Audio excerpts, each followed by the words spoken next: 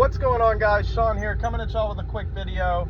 I just released a video. I've been having a little bit of difficulties with internet connection again. I thought I had it figured out, but we're having a little bit of problem getting things set up and getting videos downloaded quickly, and it's kind of driving me insane. It was part of the reason why I took a pretty decent break during the end of the season, beginning of the off season and everything.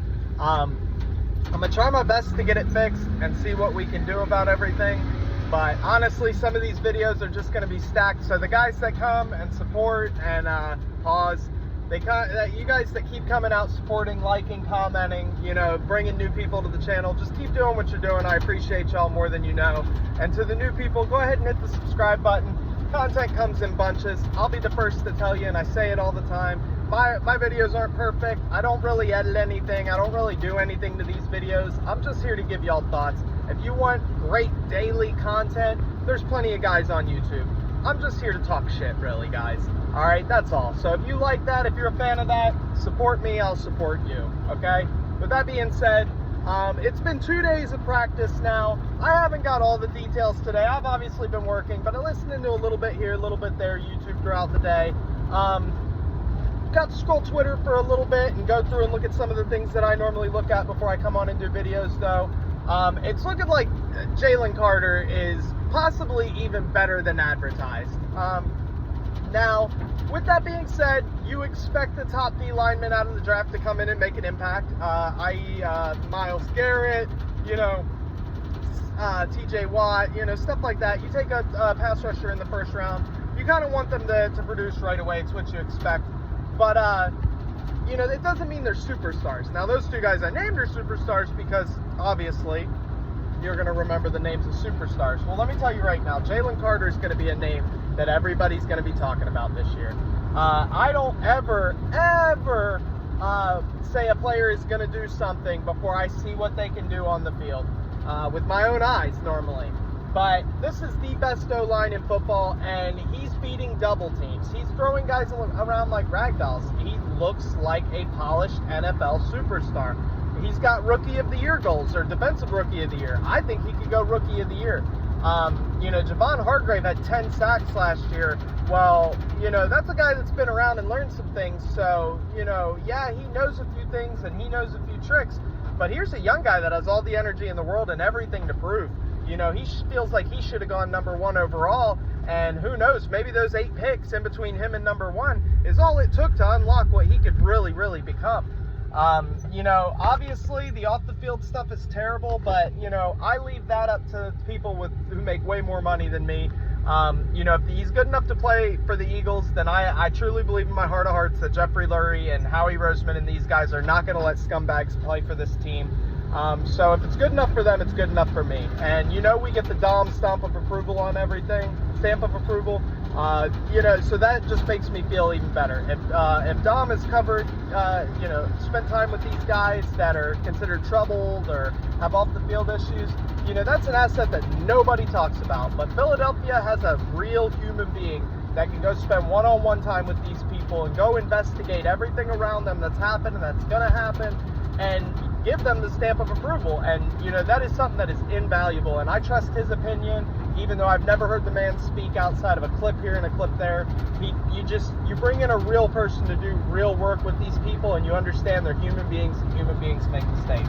And that's all I'm going to say about that. With that being said, he has superstar ability. He has absolute game changer ability. You know, this is on the level of, you know, a guy that comes in and is getting, you know, maybe 40 snaps his first game, but if he wrecks the O-line on every snap, guess what? Bring him back and run 60. Let him eat. Let these men work. I'm all for a rotation. I love how Philly does things with the D-line. I love being deep. But if the guy is as good as advertised, it's going to be really, really fucking hard for anybody else to get playing time. It's just that simple, and that's what I'm expecting now. You don't come into training camp throwing around the best O-line in football and then come out against a worse O-line and look bad. I'm aware of what happened with Detroit last year, but in the second half of that game, both teams' true colors really showed. And it was what they were for the rest of the year. You know, so I trust these guys. I trust Howie. I trust the team. You know, I have faith. Last year, I had butterflies. My first video of the season was I have butterflies. It was all about me just not being sure how the season was going to turn out. The year before, we went to the playoffs, and it was kind of laughable. You know, it felt like a light heavyweight fighting in a super heavyweight, weight class. Yeah, they can throw punches, and yeah, you take them seriously because anybody can knock out anybody. But at the end of the day, was it really a fight? So, you know, I was scared going into last season. Well, now they proved me and everybody else wrong. I won't even say that I was wrong, but I just didn't expect what happened. Now you build on it. Now you've got Nick Sirianni out here talking about there's no Super Bowl slump around here. You know, we're going to win one game before you win two. These are real words. These are things that people need to hear. This is the difference between coaches past and coaches present. Doug Peterson came out and said this is the new norm. Nah, bro. None of that around here. Even if we won a Super Bowl, you know what the talks would have been? It would have been, well, let's go win two. Who wants to win one? Nobody remembers the Patriots for winning one, you know, so you go win two. Like, it just, that's the mentality we need. I fucking love Nick Sirianni. I love Jalen Carter. Nolan Smith.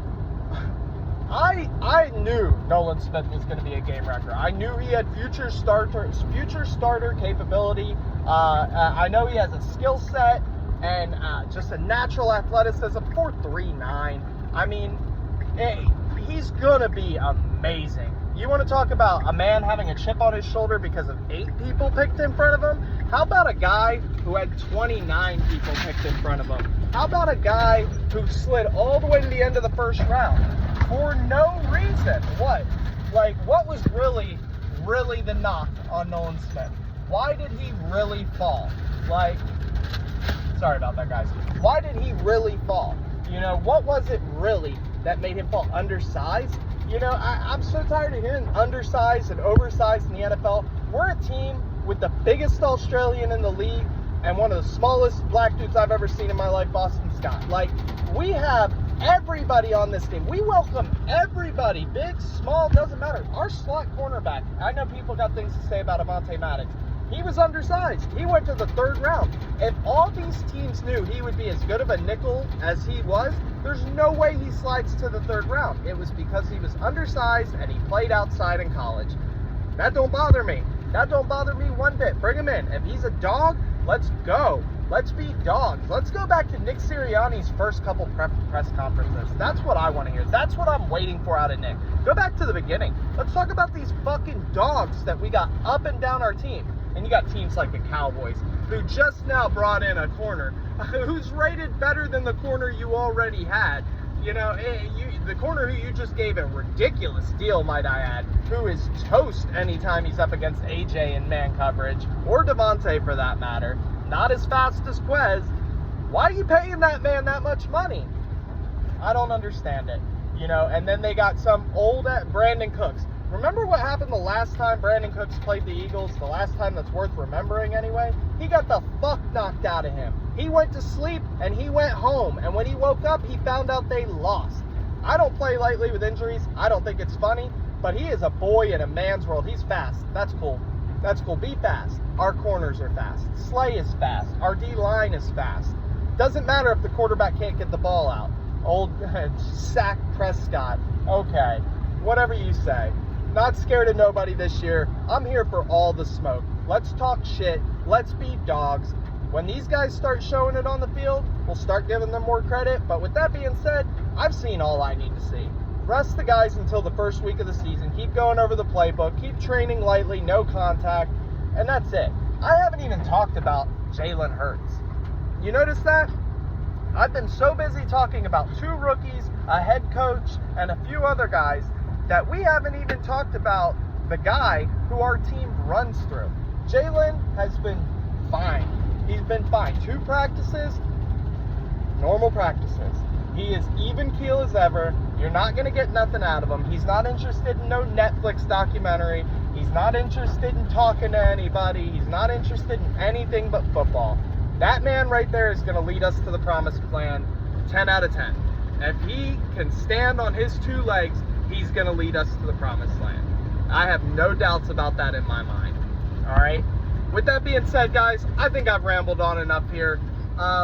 obviously, there's a lot more going on at training camp. There's linebacker battles, there's safety battles, right guard battle.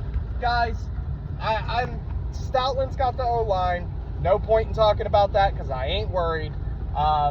Let's see. Linebacker ain't going to matter because we're going to have one of the best secondaries in the league and the best D-lines in the league. All the linebackers have to do is be average and we'll be just fine.